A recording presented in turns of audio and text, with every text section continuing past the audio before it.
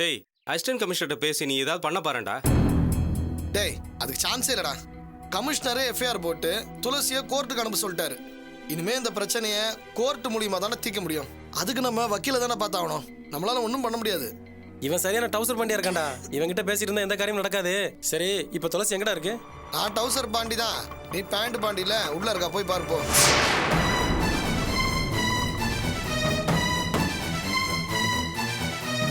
துளசி யோ யார் நீ? என் பொண்ணு உள்ள இருக்கா சார், நான் அவளை பார்க்கணும். யாரையும் பார்க்க முடியாது, போயா. சார் நான் சொல்றது கொஞ்சம் கேளுங்க சார். போயா, நான் சொல்றேன்ல, போயா. யாரையும் பார்க்க முடியாதுங்கறேன்ல. ஐயா ஐயா. யோ ஆனந்த், முதல்ல அவரை கூட்டு போயா. இன்ஸ்பெக்டர் வந்தா பிரச்சனை ஆயிடும். சார் ஏற்கனவே அவர் ஹார்ட் பேஷண்ட். அவர் நெஞ்சில கழிச்சு தள்ளுறீங்களா சார்? ஹார்ட் பேஷண்ட்னா ஆஸ்பத்திரிக்கு போக சொல்லு. எங்க எதுக்கு வராரு சார்? துளசி இவர் பொண்ணு தான் சார், பார்க்கணும்னு வந்திருக்காரு. பார்த்து 4 வார்த்தை பேசிட்டு போட்டேன் சார், விடுங்க சார். யோ இப்ப பார்க்க முடியாதியா? அந்த பொண்ணை நாளைக்கு கோர்ட்டுக்கு கூட்டு வருவோம், அங்க வந்து பாத்துக்குங்க. ஐயா படுத்த படுக்கையா இருந்து இப்பதான் எழுந்துச்சு வந்திருக்கான். பொண்ணை பார்க்கணும்னு ஆசைப்படுறான். உங்களுக்கு புண்ணியமா போகும், பார்க்க விடுங்கய்யா. தயவு செஞ்சு விடுங்கய்யா. சரி, இன்ஸ்பெக்டர் வரதுக்கு முன்னாடி சீக்கிரமா போய் பார்த்துட்டு போங்க. வாமா துளசி. அம்மா துளசி. பாட்டி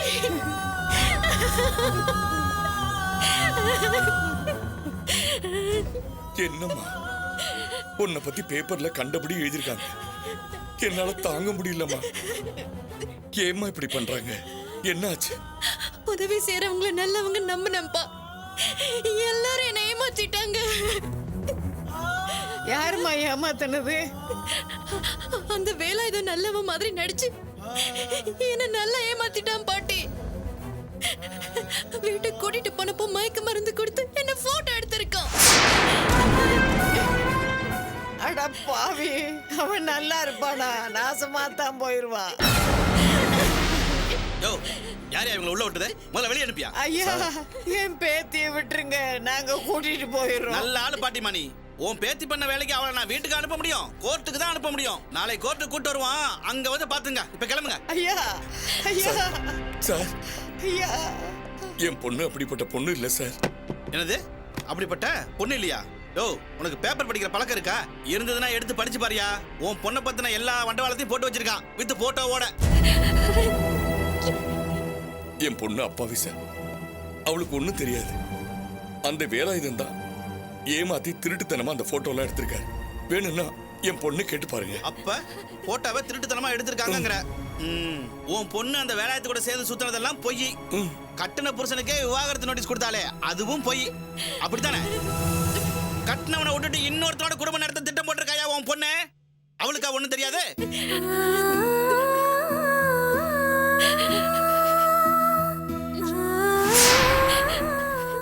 என்னம்மா ஏதேதோ சொல்றாங்க, என்ன நடந்துச்சு?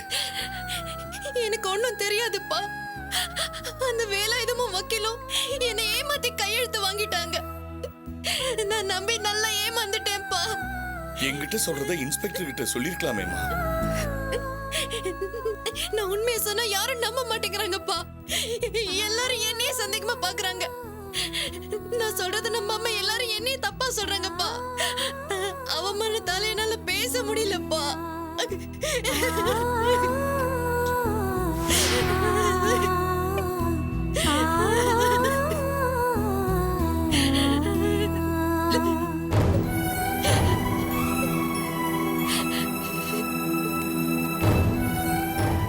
சார் சார் என் பொண்ணு சொன்னதெல்லாம் கேட்டீங்க இல்ல? சத்தியமா என் பொண்ணு அந்த மாதிரி ஒரு காரியத்தை பண்ணிருக்க மாட்டா சார். அத நாளை கோர்ட்ல வந்து சொல்ல சொல்லு. உன் பொண்ணு மேல எந்த ஒரு தப்பு இல்லைன்னா சட்டமே அவளை விடுதலை பண்ணிடும்.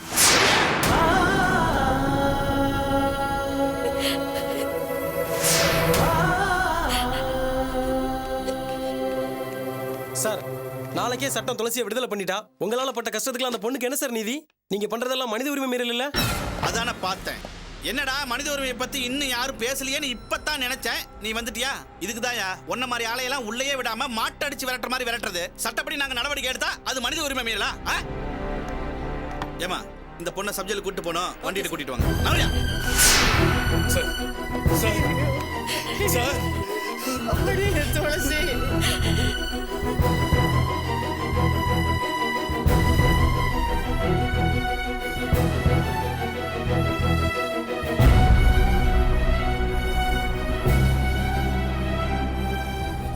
கொஞ்சம் பொறுமையா இருங்க சார்.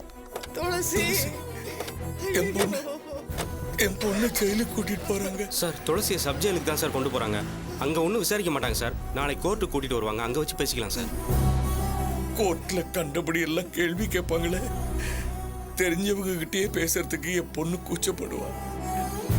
நாளைக்கு கோர்ட்ல சார் நீங்கள் ஒன்றும் கவலைப்படாதீங்க சார். நாங்கள் எப்படி தமிழை பார்க்க தான் போகிறோம். தமிழ் கோர்ட்டுக்கு வந்து துளசிக்கு இதுக்கு எந்த சம்மந்தமும் இல்லை, இது எங்கள் குடும்ப பிரச்சனை அப்படின்னு ஒரு வார்த்தை சொன்னால் போதும் சார். துளசிக்கு எந்த பிரச்சனையும் வராது சார்.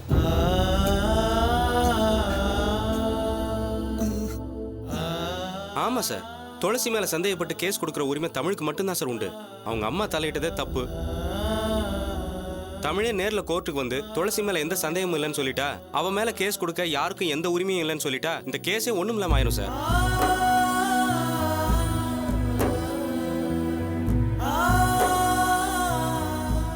நீங்க போய் தமிழை பாருங்கப்பா. அவர் வந்தா தான் என் பேத்தியை காப்பாற்ற முடியும். அதெல்லாம் நாங்க பாத்துக்கிறோம் பாட்டி. இவரை கூட்டிட்டு போங்க, சார் நல்லா ரெஸ்ட் எடுக்கட்டும். துளசியை நாளைக்கு பாத்துக்கலாம் பாட்டி. மாணிக்கம் போகலாம். எங்கம்மா? ஆஸ்பத்திரிக்கு தான். எதுக்குமா ஹாஸ்பிட்டலுக்கு? வீட்டுக்கே போலாமா?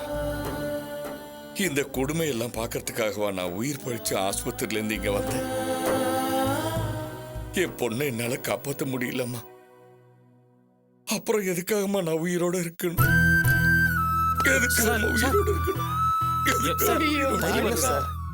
தைரியமா இருங்க சார், தப்பா எதுவுமே நடக்காது. வாங்க சார் போலாம்.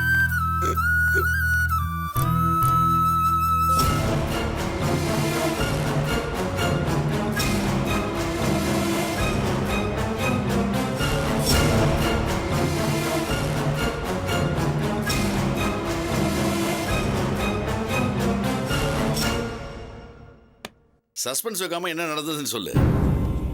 துளசி அவமானப்பட்டு நின்னாளா? அடக்க முடியாம அழுதாளா? ஐயோ, அதெல்லாம் நடந்தா தானே எனக்கு ஜென்ம சாபல்யமே கிடைக்கும். போட்டோவை பார்த்த உடனே அந்த பொண்ணு ஷாக் ஆகி மயங்கி விழுந்துருச்சு சார்.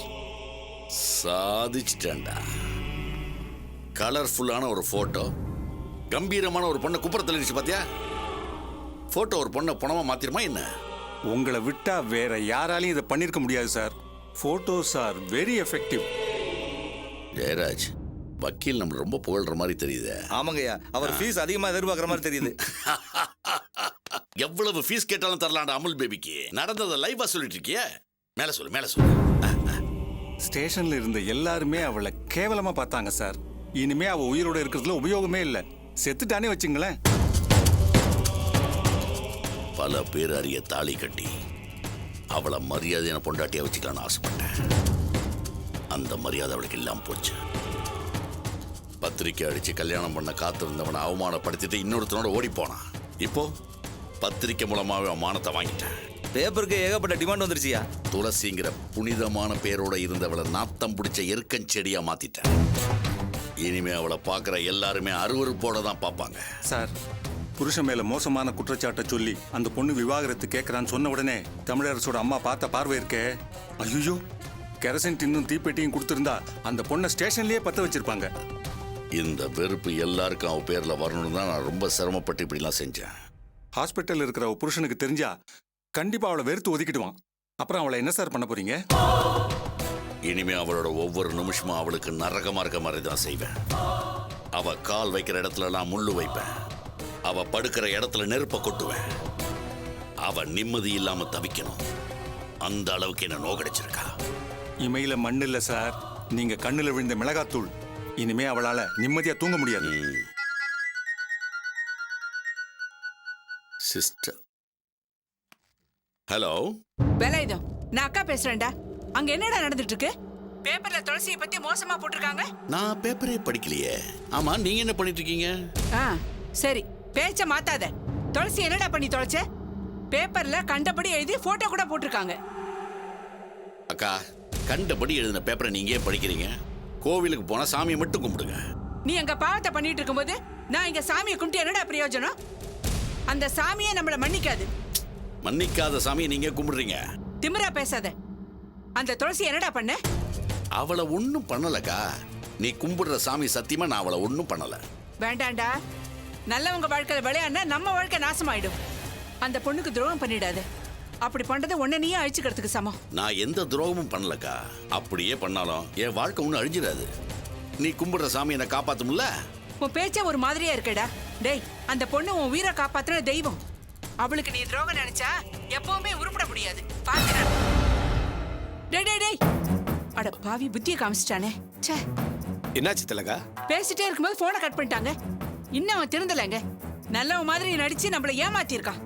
துளசியோட பேரை கெடுக்கிறதுக்காகவே அவன் நல்ல மாதிரி வேஷம் போட்டிருக்கான். இந்த பாவி நல்லா இருக்கணும்னு நம்ம கோயில் கொலையெல்லாம் சுத்திட்டு இருக்கோம். அவன் என்னடா அங்க மேலும் மேலும் பாவத்தை சேர்த்துட்டு இருக்கான். துளசியோட வாழ்க்கையில இந்த அளவுக்கு அவன் விளையாடுவான் நான் நினைச்சு கூட பார்க்கவே இல்லை திலகா. திட்டம் போட்டு அந்த பொண்ணை சிக்க வச்சிருக்கான். பாவங்க அந்த பொண்ணு. அவ பிரச்சனையில இருக்கும்போது நாம இங்க இருக்கிறது சரியில்லை. நாம உடனே அங்க போய் துளசிக்கு என்ன உதவி செய்யலான்னு பாப்போம். சரி திலகா, அப்படியே செய்யலாம். உடனே போகணுங்க. நாம இங்க இருந்து அவனுக்கு புண்ணியத்தை சேர்த்தது போதும். அங்க போய் அந்த பொண்ணுக்கு உதவி செஞ்சு பாவத்தை போக்கிக்குவோம்.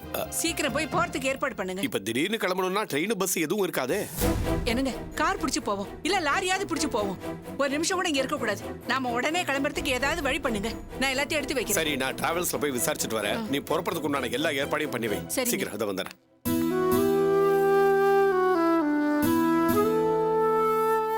சவுண்ட் வைனே. வேண்டாம் லாவண்யா, மியூட்ல இருக்கட்டும்.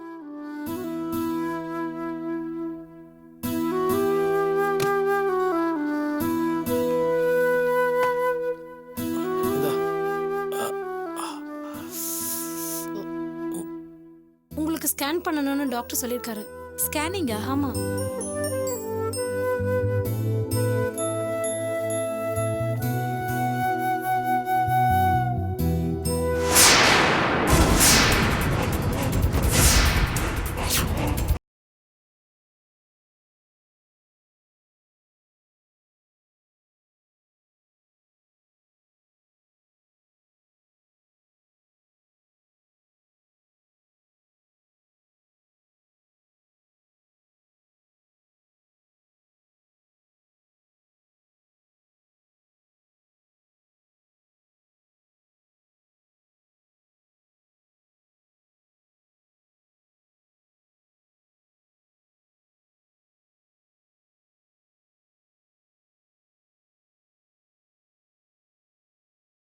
போயிடுச்சு. டிவி ஆஃப் பண்ணிட்டு வந்துட்டேன். ஐயோ, டேய், பணம் கட்டிட்டேல்ல? கட்டிட்டேம்மா. தமிழ் வயிற்றுல வலி இருக்குன்னு சொன்னான்ல, அதுக்கு ஸ்கேன் பண்ண சொன்னாங்க. ஆமாண்டா, அதுக்கு தான் கூட்டிட்டு போயிருக்காங்க. டேய், டிவில அவளை பத்தி நியூஸ் வந்திருக்கான். லாவண்யா பாத்திருக்காடா. நல்ல வேளை தமிழ் பார்க்கல. பாத்திருந்தா என்ன ஆயிருப்பானோ. இன்னும் எதுக்குமா அவன்கிட்ட மறைக்கணும்? பேசாம சொல்லிடலாமா? இப்ப வேண்டாண்டா. அவன் உடம்பு இப்பதான் தேறிட்டு வருது. இத வேற சொல்லி அவன் உடம்புக்கு மறுபடியும் ஏதாவது வந்துட போகுது. அம்மா, இத்தனை நாளைக்கு தான் அவன்கிட்ட இருந்து மறைக்க முடியும். காலைல போலீஸ் ஸ்டேஷன்ல இருந்து ஃபோன் பண்ணாங்க. இன்னைக்கு அவளை ரிமாண்ட் பண்றது கோர்ட்டுக்கு கூட்டு போக போறாங்களாம். இனிமே பேப்பர் டிவின்னு நியூஸ் வந்துட்டு தாமா இருக்கும். எப்ப பார்த்தாலும் ஒரு ஆள் டிவி ஆஃப் பண்ணிட்டே இருக்க முடியுமா? அவனா தெரிஞ்சுக்கிறதுக்கு முன்னாடி நாமளே சொல்லிடுறதாமா நல்லது. சொல்லலாம்டா. நாம சொல்றத நம்பி நீங்க செய்யறது சரின்னு சொன்னான்னா பரவாயில்ல. ஏன் கோர்ட்ல கேஸ் போட்டீங்க, எதுக்கு போலீஸ்ல கம்ப்ளைண்ட் பண்ணீங்க, நம்ம கிட்ட எகிர்னானா என்னடா பண்றது? ஏமா, நாம என்ன போய் சொல்லிட்டா போலீஸ் ஸ்டேஷனுக்கு போனோம்? அவ தப்பு பண்ணிருக்கான்னு உறுதியா தெரிஞ்சது. இப்ப அதை அவனும் தெரிஞ்சுக்கட்டுமே. அவனா கூட்டு வந்த இம்சையா அவனா கழட்டி விடணும். அதுக்கு நம்ம உதவி பண்ணா அவன் நம்ம மேல குதிப்பானா? சொல்லிரலாமா? இப்போதைக்கு அவங்கிட்ட எதுவும் சொல்ல வேண்டாம்டா. அவனா விஷயம் தெரிஞ்சு நம்ம கிட்ட கேட்டா அப்ப சொல்லிக்கலாம். அது வரைக்கும் அமைதியா இருங்க.